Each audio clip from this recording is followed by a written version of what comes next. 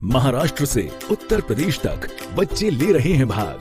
Digital बाल मेला में video बनाकर भेजना है आज। आप अपने वीडियोस 8005915026 पर व्हाट्सएप या टेलीग्राम कर सकते हैं। स्पीड न्यूज और मैं हूं आपके साथ ज्योति पुष्पेंद्र सिंह। लेकिन बुलेटिन में सबसे पहले बात करेंगे इस वक्त की बड़ी खबर की। पीटीआई में कांग्रेस के प्रदेश प्रभारी का इंटरव्यू। राजस्थान के सियासी घटनाक्रम पर बोले प्रभारी। कहा राजस्थान में कांग्रेस एकजुट है। मुख्यमंत्री गहलोत के नेतृत्व में सरकार को कोई खतरा नहीं। वर्ष के अंत तक नई राज्य इकाई का गठन होगा। निगमों और बोर्डों के अध्यक्षों की 31 जनवरी तक नियुक्ति होगी। नियुक्तियों में सभी वर्गों की भागीदारी सुनिश्चित की जाएगी। माकन ने गहलोत की भी जमकर तारीफ की और कहा कि गहलोत एक ईमानदार और एक अनुभवी योद्धा है, जबकि सचिन पायलट पार्टी के लिए एसेट है। यानी कि सचिन पायलट को एक बड़ी धरोहर के तौर पर पार्टी के लिए बताया। पायलट ने पहले दिन ही कह दिया था कि वो कभी भी भाजपा में नहीं जाएंगे। उपचुनाव में पायलट ने पार्टी का प्रचार भी किया था।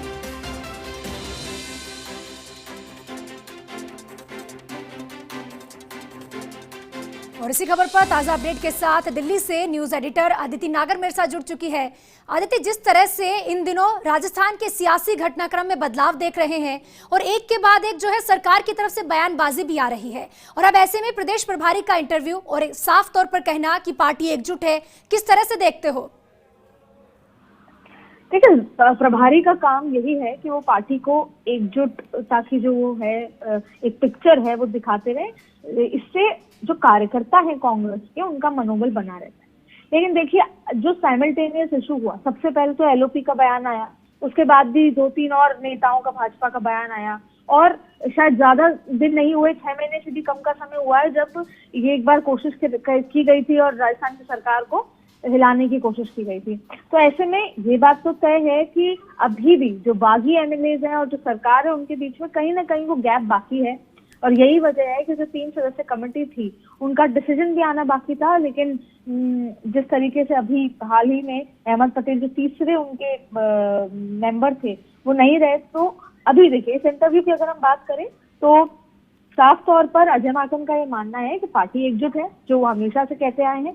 फर्स्ट इंडिया को जो सबसे पहले इंटरव्यू दिया था, उन्होंने तब भी ये कहा था। लेकिन ये बात सच है कि अभी तक पॉलिटिकल अपॉइंटमेंट ना हो पाना या मंत्रिमंडल विस्तार ना हो पाना, उसकी वजह यह है क्योंकि अभी तक तालमेल एक बराबर नहीं हुआ है। और जब तक वो नहीं होगा, तब तक पॉलिटिकल अपॉइंटमेंट अगर इन्होंने कर दिया तो वो बैकफायर पार्टी को कर सकता है, सरकार को नुकसान पहुंचा सकता है। और यही वजह है। और कोविड के चलते अजय माकन के दौरे भी उस तरह से नहीं हो पा रहे जो होने चाहिए। ऐसे में ये इंटरव्यू एक बार और कार्यकर्ताओं को मनोबल जरूर बढ़ाता है, लेकिन एक सवाल फिर से खड़ा करता है। 10 दिन की यहाँ पर बात की गई है कि 10 दिन में टीसीसी का गठन हो जाएगा, 10 दिन में तमाम चीजें होंगी, और मीटिंग भी सभी डेडलाइन तय कर ली गई है, जो हाल ही में केसी वेणुगोपाल के साथ मीटिंग है। लेकिन फिर एक सवाल ये उठता है कि पॉलिटिकल अपॉइंटमेंट कब, रिशफल कब? और उससे बड़ा सवाल ये उठता है कि जो 18 बागी विधायक थे, उनके साथ क्या होगा?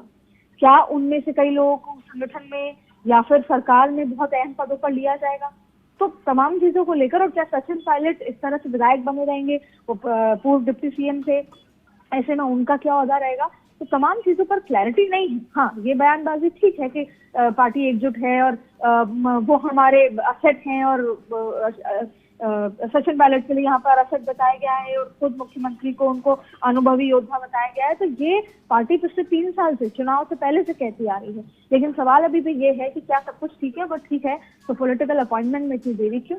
और ठीक है तो फिर जल्द से जल्द जो विधायक हैं, जो साथ खड़े रहे ऐसे मुसीबत में, और शायद सफल का समय भी लगभग 2 साल अब 17 तारीख को पूरे हो जाएंगे। ऐसे में उस एकजुटता को बोलने की बजाय अब कांग्रेस को दिखाना भी पड़ेगा। हालांकि इस इंटरव्यू से अगर कार्यकर्ता पढ़ता है तो उनका मनोबल जाहिर तौर पे बनता है। और जल्द ही अजय माकन अपना राजस्थान का दौरा भी प्लान करने वाले हैं, और इस बार जो दौरा होगा वो लंबा भी होगा, और वो जयपुर के अलावा और भी जो उनके संभाग बच गए हैं जाने के लिए, उसमें भी जाएंगे।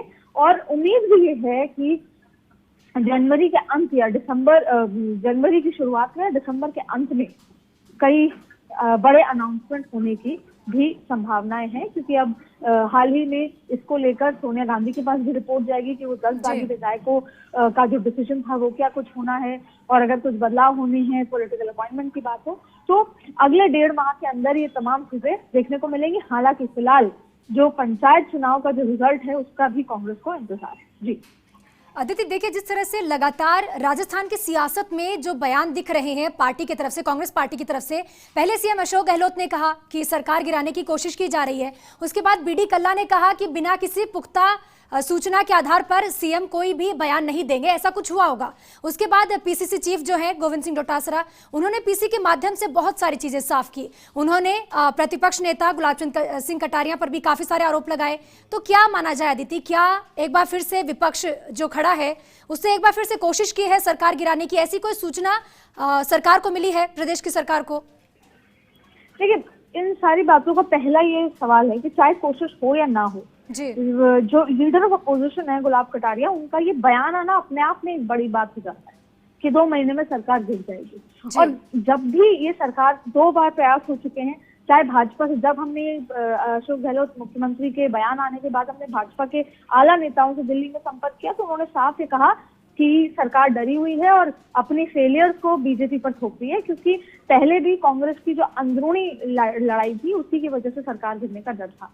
तो बीजेपी अगर कभी एनकैश करेगी, या जो पुराना हुआ वो एनकैश कांग्रेस की आपसी जो तालमेल नहीं है उसी पर एनकैश करेगी। सरकार गिराने अगर संभव होगी भी अगर, तो वही होगा कि कांग्रेस का कोई एक बड़ा धड़ा एमएलए का वो बीजेपी की ओर चला जाए।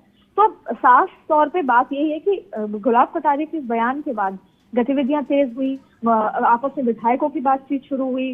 तो इन तमाम गतिविधियों से जाहिर तौर पे जो रिपोर्ट्स आती हैं मुख्यमंत्री के पास, तमाम तरीके के फीडबैक्स आते हैं, वो इसी तरह के आते हैं कि एक बार फिर प्रयास करने की कोशिश है, और क्योंकि पहले का प्रयास सफल नहीं हो पाया, इस बार फिर एक बार प्रयास करेंगे। और सचिन पायलट खेमे से भी इस बात की खबर लगातार, चाहे खुद सचिन पायलट नहीं कहते, पर उनके जो शुभचिंतक हैं या उनको जो चाहने वाले हैं वो लगातार ही कहते हैं कि सचिन पायलट फरवरी तक का इंतजार कर रहे हैं, अगर उनको कोई बेहतर प्लेसमेंट मिलता है तो ठीक है, वरना वो आगे की अपनी राह चुनेंगे। और इस बीच में सचिन पायलट बार बार कह चुके हैं कि मैं बीजेपी के साथ नहीं जाऊंगा, और सत्य ये था कि वो बीजेपी के साथ न जाते, लेकिन वो अपनी पार्टी बनाते, बीजेपी के सपोर्ट से सरकार चलाने की कोशिश करते और फिर 1-2 साल में वो विलय भी करते। तो तमाम चीजें हैं, लेकिन हाँ, गुलाब कटारिया के इस बयान के बाद तमाम तरीके के फीडबैक्स आए, क्योंकि ये बात सच है, जब भी मुख्यमंत्री कोई भी बात कहते हैं तो वो उसके कई मायने होते हैं, उनके कई मैसेज होते हैं, और कहीं ना कहीं से कोई इंफॉर्मेशन आई होती है तब उन्होंने ये बात कही होगी। लेकिन हाँ, फिलहाल दिल्ली में जो फर्स्ट इंडिया के जो आला सूत्र हैं, उनका मानना है कि फिलहाल सबसे ज्यादा इम्पोर्टेंट है फार्मर्स इशू को सॉर्ट आउट करना। और अभी चाहे महाराष्ट्र हो, चाहे राजस्थान हो, किसी भी राज्य की सरकार में इस तरह का टॉपल करना बीजेपी का प्रायोरिटी है। और पहले भी जो की गई थी वो कांग्रेस की आपसी जो खींचतान थी उसकी वजह से था। यानी कि घूम फिर कर बात यही है कि सल्यूशन घर में ही है। जब दोनों धड़े हैं जो उनकी आपसी तालमेल पक्का हो जाएगा, तो बाहर का तीसरा आदमी कभी भी सेंध नहीं लगा पाएगा। अगर सेंध की डर है कांग्रेस को, तो उनको बीजेपी की बजाय खुद के घर में जो चीजें खराब है उनसे ठीक करने की जरूरत है।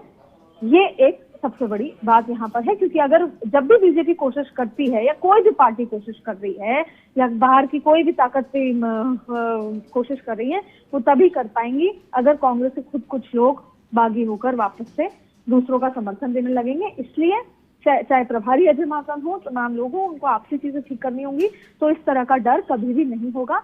और देखिए, पॉलिटिक्स है, और अब आजकल पॉलिटिक्स में everything is fair in politics वाली बात हो चुकी है।